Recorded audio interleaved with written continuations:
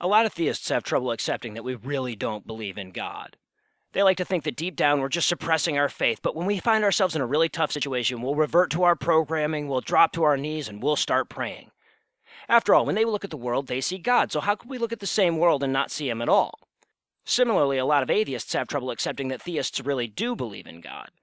We like to think that deep down they know good and damn well that it's all a myth propagated by power-hungry shamans, and that when the shit hits the fan, they'll abandon their superstitions and turn to a secular solution. After all, when we look at the world, we don't see a God, so how could they possibly look at the same world and see one?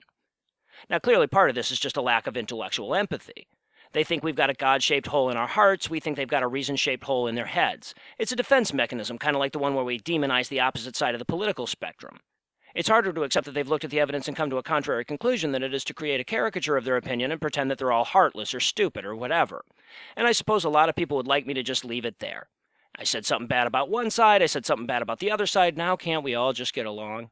But I think it's too neat and tidy to write it all off as a self-delusion. After all, when I start listening to somebody tell me that they believe that God's in heaven and Jesus loves them and Grandma and Sparky are waiting at the pearly gates for them, I don't wonder how they believe it. I wonder why they're not in a bigger hurry to die. If I ask them, of course, they'll tell me God has a plan for them here on Earth and they'd miss their kids or their grandkids or their friends or whatever. But if you balance the time we spend here on Earth with the eternity they expect to spend in heaven, it's an insignificant blink of an eye. 10 billion years from now, your grandkids aren't going to remember that you weren't on Earth when they were learning to poop. And why isn't everybody more eager for their loved ones to die? It seems to me that once Mom has arthritis or even a persistent headache, she'd be better off in heaven where she doesn't have to suffer anymore. How selfish is it for me to hope she lingers on in minor pain for decades just so I can have her around to babysit the kids? Hell, it seems like as soon as your folks start hitting financial troubles, you'd be hoping they'd die so they can move into that mansion God has waiting for them in heaven. Look, I've watched friends grieve the loss of a loved one, both theists and atheists, and I can tell you from a statistically insignificant unblinded anecdote that one doesn't seem to have any easier a time with it than the other.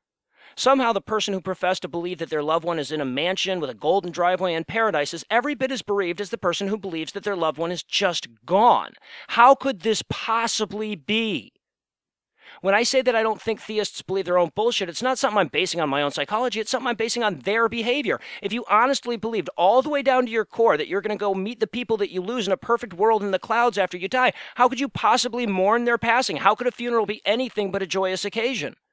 The religious dingbats of the world like to express their disbelief in atheists with one of the most pervasive and insulting cliches ever coined to smear rationalists. They like to say, there are no atheists in a foxhole. The idea is that even we heathens will turn to God if things get bad enough. Included, of course, is the unspoken assumption that when we experience this instantaneous conversion, it'll be their God we start praying to.